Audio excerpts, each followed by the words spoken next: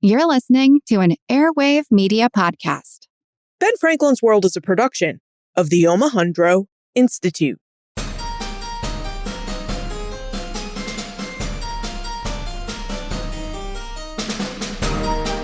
Hello, and welcome to a special bonus episode of Ben Franklin's World, the podcast dedicated to helping you learn more about how the people and events of our early American past have shaped the present-day world we live in. And I'm your host, Liz Covart. Now, in our last episode, episode 307, Michael Hattem helped us investigate the role that history played in the American Revolution and the ways that early historians used history as a tool to help unite Americans as one people after the Revolution.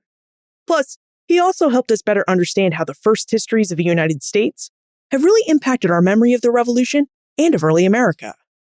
Well, in today's bonus episode, we're going to get back together with Michael Hattem so that we can explore a few topics that we just didn't have time to talk about in our full-length episode. A listener questioned about how British Americans thought about the British Empire's responsibility to protect them, and historical schools of thought, how those schools of thought developed, and the different schools of historical thought when it comes to the American Revolution. Essentially, Michael is going to take us on a whirlwind tour of the history of history writing when it comes to the American Revolution, or what historians like to call the historiography of the American Revolution. But first, this bonus episode is a sample of the kinds of bonus episodes that you could be receiving each month as a subscriber to the Ben Franklin's World subscription program. Each month, subscribers to the Ben Franklin's World subscription program receive ad-free versions of each new episode and monthly bonus episodes on the last Friday of each month. These perks are a big thank you from me and the Omohundro Institute because each subscriber to the Ben Franklin's World subscription program really helps support the production of this podcast.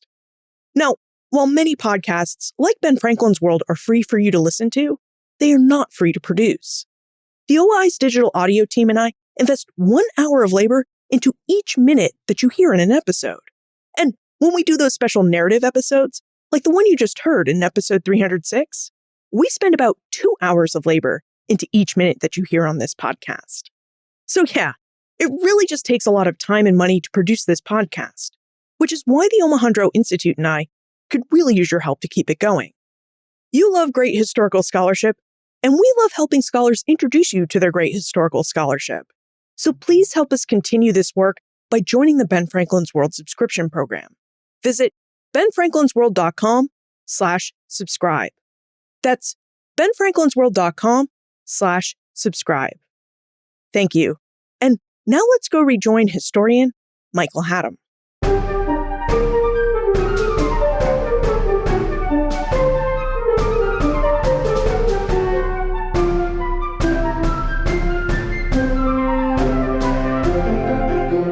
Thank you so much for staying on with us, Michael, and for taking the time to answer a few additional questions about the Revolution and the histories of the Revolution. Now, to begin, Rosa wonders if you could tell us about how British Americans came to believe that it was Great Britain's responsibility to protect them. She also wonders whether Americans blame Great Britain for protecting them too much by prohibiting their movement west of the Appalachians and therefore west of the Proclamation Line of 1763. Yeah, so this is a really interesting question. Thank you, Rosa. This idea of Britain's responsibility to the colonies. It's always the case that British American colonists believed they were under the protection of England in the 17th century and then Britain in the 18th century. But the question that arises during the imperial crisis and has to do with, we were talking about the Glorious Revolution before, is who in Britain has the responsibility to protect the colonies and also who has the authority to tell the colonies what to do.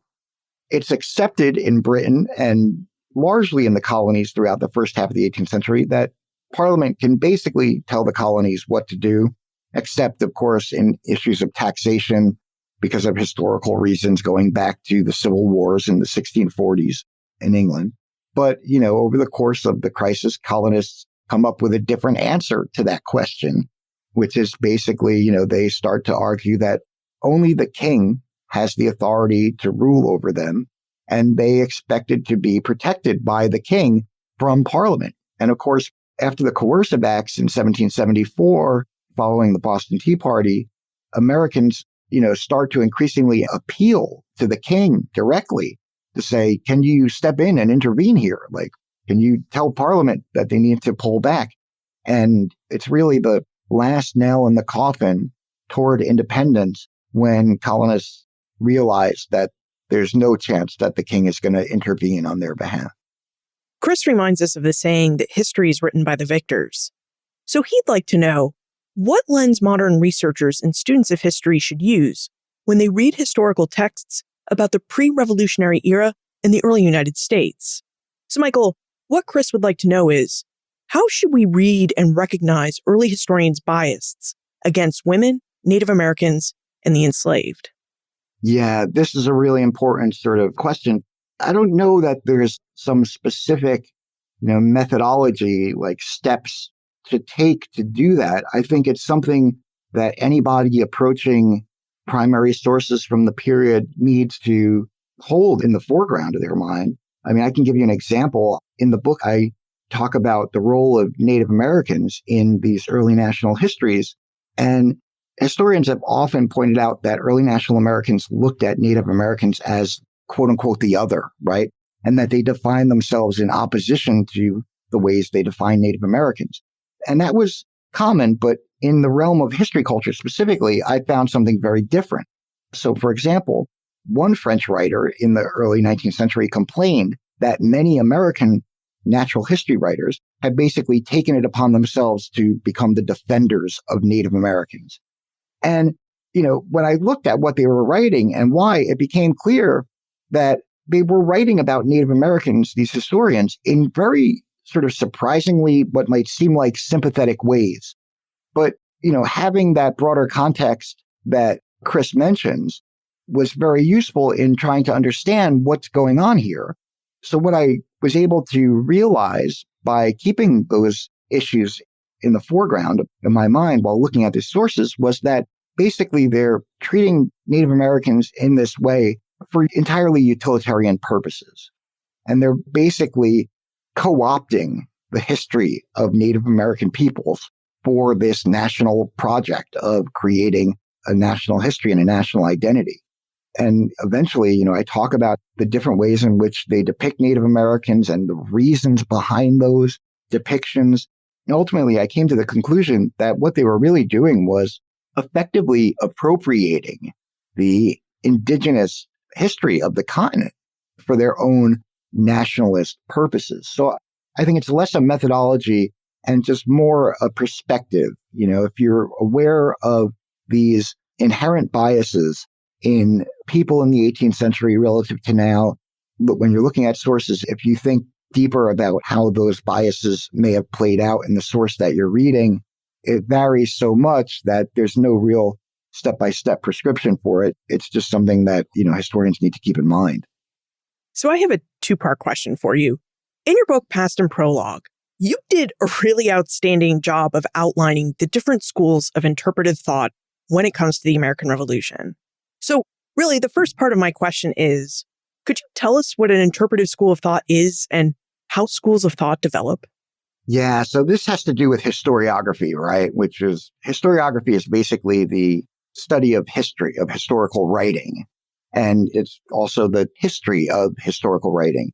And within historiography, we use this phrase interpretive school, which is basically a collection of historians or historical works that share some common thread in their arguments about a certain topic, right? So if a few historians around the same time analyze an event like, say, the American Revolution using an economic perspective or lens, or making an argument about the importance of economics, we tend to categorize them as an interpretive school. But that really is just mostly a sort of shorthand way to think about historiographical changes. It doesn't suggest that they were, say, coordinating their arguments in some way, though, that has been the case here and there. Sometimes an interpretive school comes out of a certain place, like the progressive historians in the Midwest, and specifically from the University of Wisconsin at Madison in the early part of the 20th century.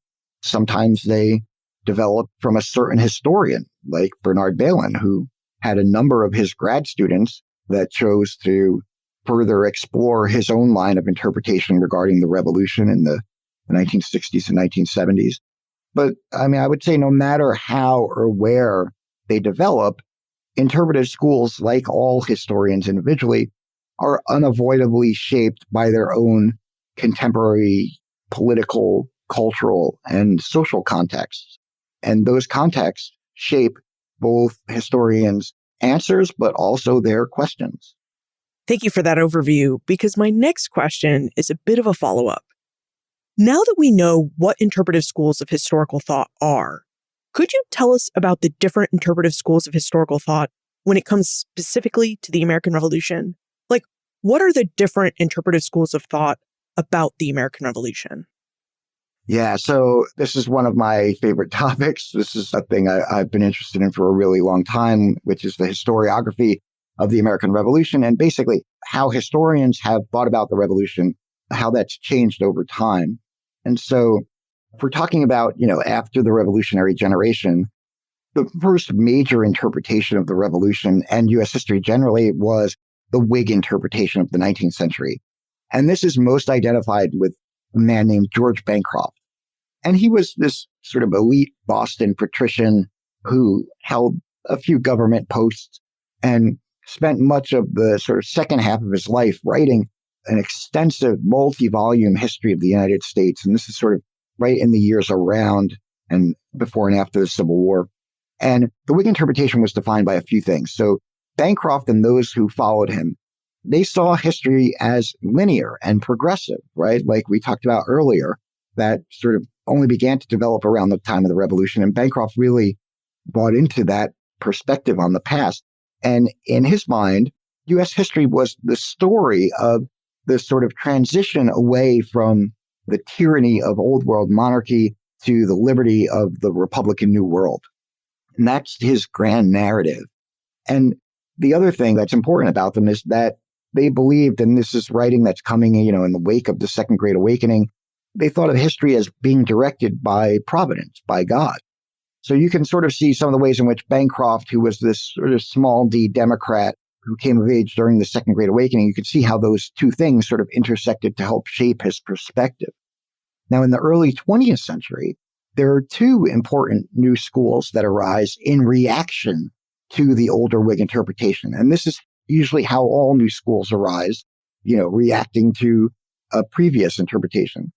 And so the first is the progressive school, or the progressive historians like Charles Beard or Carl Becker. And they begin to think about the revolution not as this divinely ordained march toward liberty, but instead they focused on class conflict in the revolution. And their idea was what we tend to call the dual revolution idea, which basically argued that the revolution was both a struggle with Britain over who would rule the colonies, and at the same time, an internal struggle between elites and non-elites over who would rule, in the colonies. And they really believed that ideas did not matter in motivating people. And that for the revolution generally, what really mattered was economic interest. And so they dismissed all of the patriot rhetoric about liberty and tyranny that Bancroft, loves so much. And they basically, counted it out as just cover for all of the elite patriots' self-interest. The other challenge that came to the Whig interpretation in the early 20th century was from the imperial school. And these were historians right around the turn of the 20th century, just as the historical profession was becoming an actual thing, academic historical profession. And these historians thought that Bancroft's portrayal of the Americans as the good side and Britain as the evil side was too simplistic. So they went back and they studied the relationship between the colonies and Britain before the revolution. And what they found was that the colonies really had not been treated that badly, relatively speaking. So they argued that not only was independence not justified, but Charles Andrews, who was one of the more sort of notable imperial historians, even once said that revolutionary Americans had basically died for a false creed. And the context that's important for the imperial school is that this is right around the time of what's called the Great Rapprochement, which is when the United States and the United Kingdom finally begin to become allies, which sets the stage for their relationship throughout the 20th century. But think about it. It's kind of hard to have positive diplomatic relations with a country who plays the role of evil villain in your national historical memory. Moving on from there, if we go to the 1950s, we get a response to this sort of conflict-ridden progressive interpretation in the context of the Cold War, in this school that we typically call the consensus school. And these historians were working at a time when the United States was trying to define itself in opposition to the Soviet Union and to communism. And so they focused their interpretations of the revolution on a few core principles of liberalism that they argued were widely shared and that defined the nation's origins. And those were the sanctity of private property and the value of self-interest for economic prosperity. And you can see how those two ideas contrast neatly with the collectivism of Soviet communism and how they promote the increasing identification of the new United States origins with capitalism. And then in reaction to the consensus historians and to progressive historians, in the mid-1960s, there arose what we tend to call the neo-Whig or ideological school. It's sometimes called neo-Whig because these historians focused on ideas, sort of like Bancroft, though very differently. They believed that the progressive historians had gone too far in dismissing the importance of ideas in the revolution. And the major work of this school was The Ideological Origins of the American Revolution by Bernard Balen, which came out in the mid-1960s. And he basically argued that you could explain the coming of the revolution through colonists' adherence to this sort of very old Republican ideology that sort of stressed civic virtue and was really concerned with, the corruptible and conspiratorial nature of power. And that's why colonists were so suspect of Parliament and what they were doing. And then I would say, in the late 60s and 1970s, we start to see the rise of women's history and African-American history as broader topics within early American history. But it's really at the end of the 1970s that we get the neo-progressive school. This is all like a cycle. You can see the neo-progressives thought that the neo-Whigs overplayed the importance of ideas, just like the progressives did to George Bancroft. And so they wanted to complicate that story by thinking more about class conflict. Then later about the importance of groups that were often left out of these histories of ideas. In some sense, the neo-progressives kind of co-opt women's history and early African-American history, at least in relation to the revolution. And there have been some minor sort of school-like developments since the 1980s and 1990s, but many historians of early America today are still very much working within that neo-progressive paradigm of conflict and of, trying to understand the disparities that shaped the American Revolution. And so I don't want to go on longer than that, but I will say I created a digital timeline, a multimedia timeline of the historiography of the revolution that I'm happy to share with listeners who are interested in learning more about this fascinating topic. Be sure to check out our full-length conversation with Michael Hattem in episode 307, which you can find at benfranklinsworld.com/307. This bonus episode is a sample of the kinds of bonus episodes that you could be receiving on the last Friday of each month as a subscriber to the Ben Franklin's World subscription program. Please help us keep this podcast going. Become a subscriber at benfranklinsworld.com/subscribe. That's benfranklinsworld.com/subscribe. Production assistance for this podcast comes from the Omohundro Institute's digital audio team. Joseph Edelman, Martha Howard, Holly White, and Karen Wolf. Breakmaster Cylinder composed our custom theme music. All right, this podcast is part of the Airwave Media Podcast Network. To discover and listen to their other shows, visit airwavemedia.com. Ben Franklin's World is a production of the Omohundro Institute.